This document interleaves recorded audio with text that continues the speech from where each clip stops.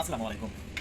আজকে আমি মিক্রো ব্যান্ডের একটি কন্ট্রোলার নিয়ে কথা বলবো এবং এইটা কীভাবে প্যারামিটার সেট করে সেটা দেখাবো। তা এই দেখতে পাচ্ছেন এখানে অটো আছে। অটোতে কখন রাখবেন, যখন পুরো কার্যক্রমে দিবেন তখন আপনি অটোতে দিবেন। অপারেটিংয়ে দিলে এক কথায় অপারেটিংয়ে দিলে তখন আপনি অটোতে রাখবেন। অটো নিচে আছে ম্যানুয়াল। আমরা ম্যানুয়াল ফাংশনে আসবো। ম্যানুয়াল ফাংশনে আসতে হলে প্রোগ্রাম বাটনটি 3 সেকেন্ড চেপে ধরে রাখুন। 3 সেকেন্ড চেপে ধরে রেখেছি। এই ম্যানুয়ালের কাজটা কি?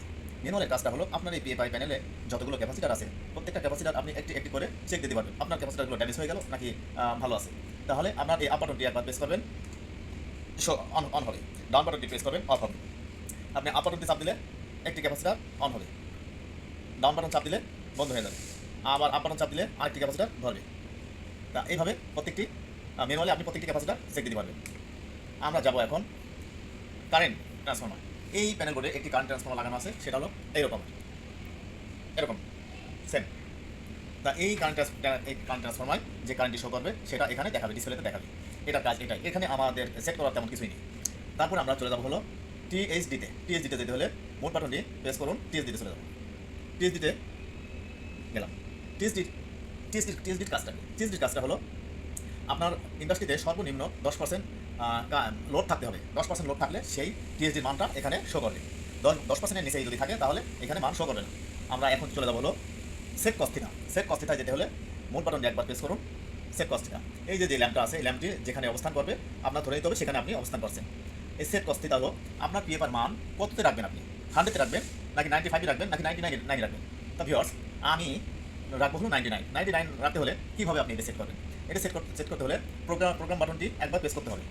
এই ল্যাম্পটি যখন ব্লিঙ্কিং করবে তখন আপনি এটার মান কম বেশি করতে পারবেন। তা আমি রাখবো 99 রাখলে আমার প্রোগ্রাম বাটনটি একবার প্রেস করলে সেভ হয়ে গেছে আপনার। আর এই 95-এর নিচে যদি রাখেন তাহলে পল্লী বিদ্যুৎ আপনাকে জরিমানা করবে। আমরা অবশ্যই এটা মাথায় রাখবো, 95-এর নিচে কখনো রাখবো না। তা আমরা চলে যাবো সিকেতে গেলে মোট বাটনটি একবার প্রেস করবো, সিকে চলে গেলাম। সিকে আসলে এটা কি? সিকে হলো আপনার একটি ইম্পর্টেন্ট সেট আপ। সেই ইম্পর্টেন্ট সেট আপটি হলো আপনার এই কন্ট্রোলারের ব্যাকপার্ট একটা লিস্ট আছে ক্যাপাসিটারের এবং সিটির লিস্ট। ধরুন আপনার এই পিএফআই প্যানেলে 100/5 একটি কারেন্ট ট্রান্সফর্মার লাগানো আছে। তাই 100/5 কারেন্ট ট্রান্সফর্মার লাগানো থাকলে আমার কাছে আরেকটি কন্ট্রোলার আছে, সেটি এই যে ধরুন 100/5। এইখানে দেখতে হবে আপনার এই প্যানেল বোর্ডে সর্বনিম্ন কত ছোটো ক্যাপাসিটার লাগিয়েছে। ধরুন আপনি সর্বনিম্ন ছোটো ক্যাপাসিটার হলো 5 কেভিএ, আর আপনার সিটি আছে 100/5। তো এইখানে 100/5 কোথায়? এইখানে 100/5 হলো এই যে 100/5, এই যে দেখতে পাচ্ছেন 100/5 এর বরাবর কত আছে রেশিওটা 0.35। তাই 0.35টা আমরা এখানে বসিয়ে দেবো। 0.35টা যখন আপনি বসাবেন তখন আপনার প্রোগ্রাম বাটনটি একবার প্রেস করতে হবে। বাতিটা ল্যাম্পটা যখন ব্লিঙ্কিং করবে তখনই আপনি এটার মান পরিবর্তন করতে পারবেন। তাহলে আমি আপ বাটনটি চাপ দিলাম, আছে কত 3, এখানে নিয়ে আসবো আমি 35, 0.35।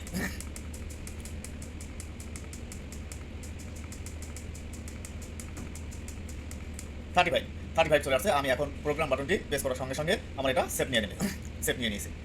তবে আমি এখন যাব হলো সেন্সিটিভিটিতে যেতে হলে মোট বাটন একবার প্রেস করুন। একবার প্রেস করলে সেন্সিটিভিটি জিনিসটা কি? সেন্সিটিভিটি হলো আপনার এই পিএফআই কন্ট্রোলারে একটি ক্যাপাসিটার ধরার কত সময় পর আরেকটি ক্যাপাসিটার ধরবে।